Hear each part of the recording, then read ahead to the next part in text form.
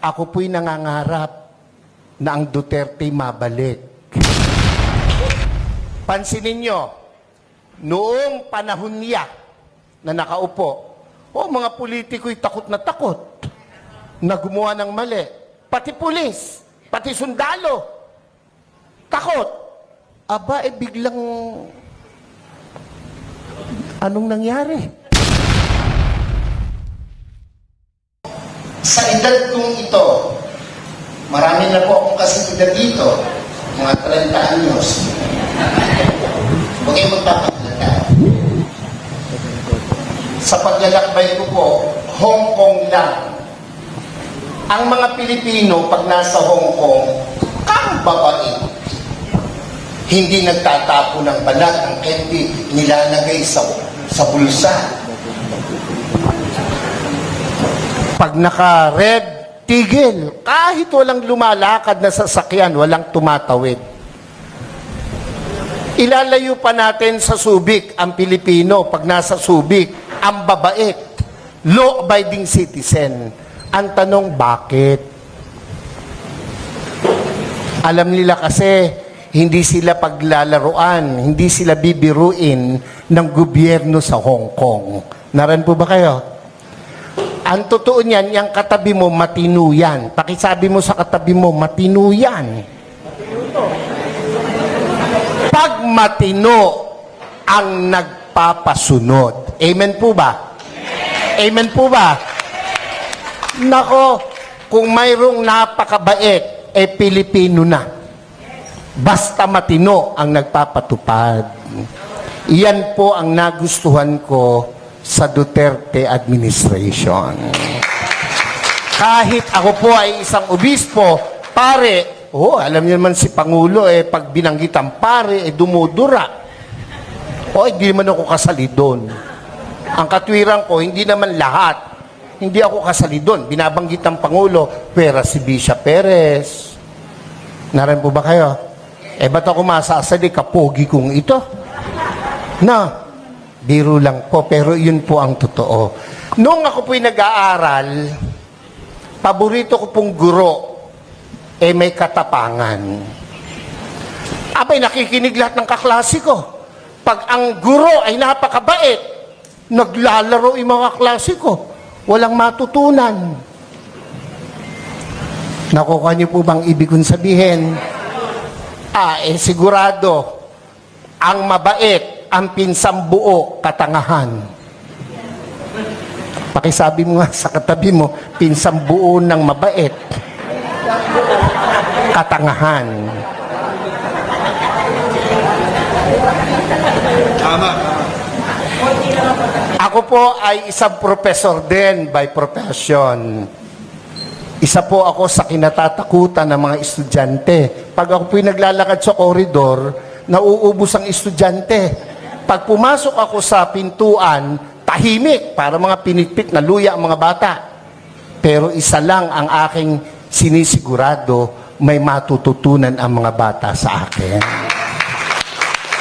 Kaya po, ako ay kinatatakutan pero pinakamamahal ng mga estudyante. Naran po kayo. Naran po kayo. Ako po'y nangangarap na ang Duterte mabalik. Yung mga hindi pumalakpak, bahala kayo. Naran po kayo.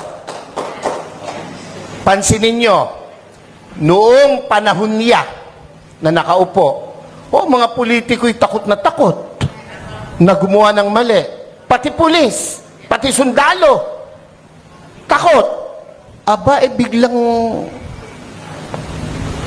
anong nangyari? Ngayon ang mga kurakot mga nakaupo. Naran po kayo? Ako, tayo may hindi pinanganak kahapon. Alam natin yan. Bakit ang isang obispo ay sumusuporta sa ganito? Aba, hindi masamang mangarap ng pag-unlad ng pagkakaisa sa bansa natin.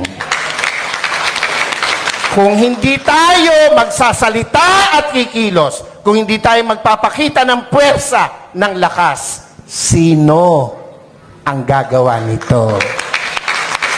No, kung palakpak lang, hindi mo magawa, lalo na sa rally, hindi mo kaya. Yung makasigaw ng Amen! Oy, yan yung matatapang. Yung mga hindi nakikain lang yun. Yung mga ganon, kumain lang yun ng kanin at ulam kanina. Nakakalimutan na. Dapat ito ang tandaan nyo. Ang buhay natin, minsan lang. Pakisabi mo sa katabi mo, mamamatay ka rin. Sabihin mo, malapit na. Pero, bago mamatay, napakagandang nagparinig ka, nagparamdam ka para sa bayan. Yun ang pinakamahalaga sa lahat. Amen po? Ako po hindi takot makulong, mabugbog, basta't iparamdam mo yung gusto mong iparamdam. Babae, gusto mo, maganda, mayaman, sexy! Gustong-gusto mo. Sa tuwing nakikita mo, nagpupunta ka ng kubeta. Hanggang kubeta ka na lang. Hindi ka magtatapat, hindi ka magpaparamdam. Pag dumaan na ganon, simulan mo sa kindat. Simulan mo sa dila. Hanggang sabihin mo, crush kita. Hindi ka man tanggapin, at least nagparamdam ka. Mga Bulakenyos, mga kasama kong taga-Caloocan, Zambales, Pampanga, hindi masama na suportahan natin itong rallying to. Yung iba na pe-pressure ng kung sino, natural lang yon. Ang nami-pressure sa kanila, siguro nasa taas. Dahil kung nasa baba, hindi nila papansinin. Pero, tayong malaya, huwag tayong pa-pressure kahit kanino. Minsan lang ang buhay natin. Sabi mo sa katabi, mamamatay ka rin. Sabi mo, mamaya lang. Wag.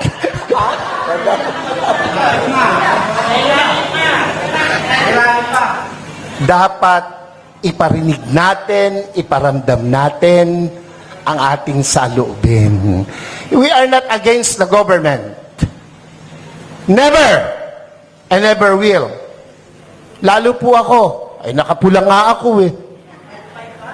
Naran ba kayo?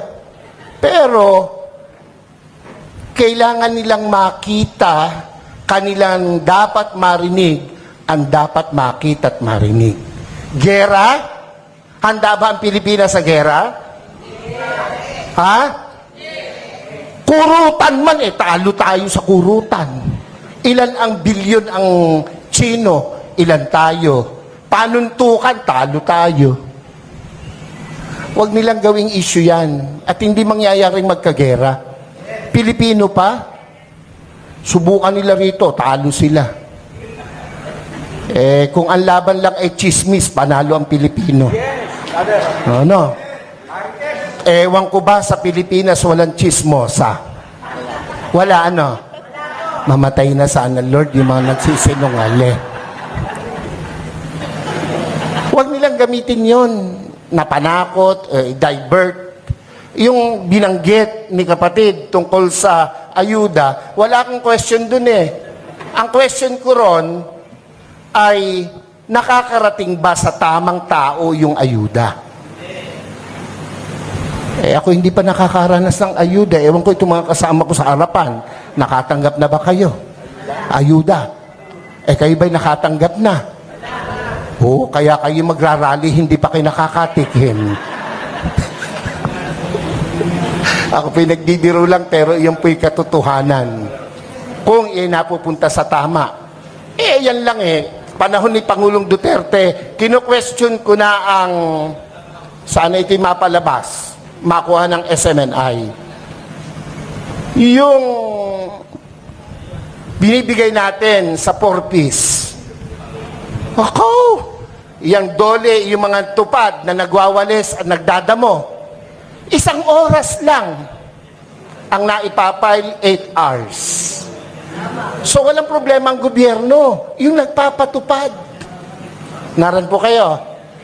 Yung 4-piece, hanapin mo mga nanay, isinasanla yung card. Nangagsusugal. Eh kung ang binibigyan ba niya ay matitinong kagaya ng nasa harapan ko ngayon, imahan di nag-yes, bahala kayo. Ako'y nangangarap ng maganda sa inyo, kayo hindi nangangarap. Naran po ba kayo? Hindi ako against dyan, pero dapat tama ang binibigyan. Naran po kayo? Oo. Pag dumaan sa politiko, dole, ang magwawalis, mayayaman pa sa amin. Pero naka-uniform, nasa lilim, nagkikwentuhan. Ang pinagkikwentuhan, ganito lagi. Alam mo ba? Yun mga introduction ng mga chismoso. Alam mo ba? Alam niyo ba? O tango naman. Hindi tayo papayag na hindi natin iparinig, iparamdam, ipakita ang dapat nating ipakita sa bayang Pilipinas na ating minamahal.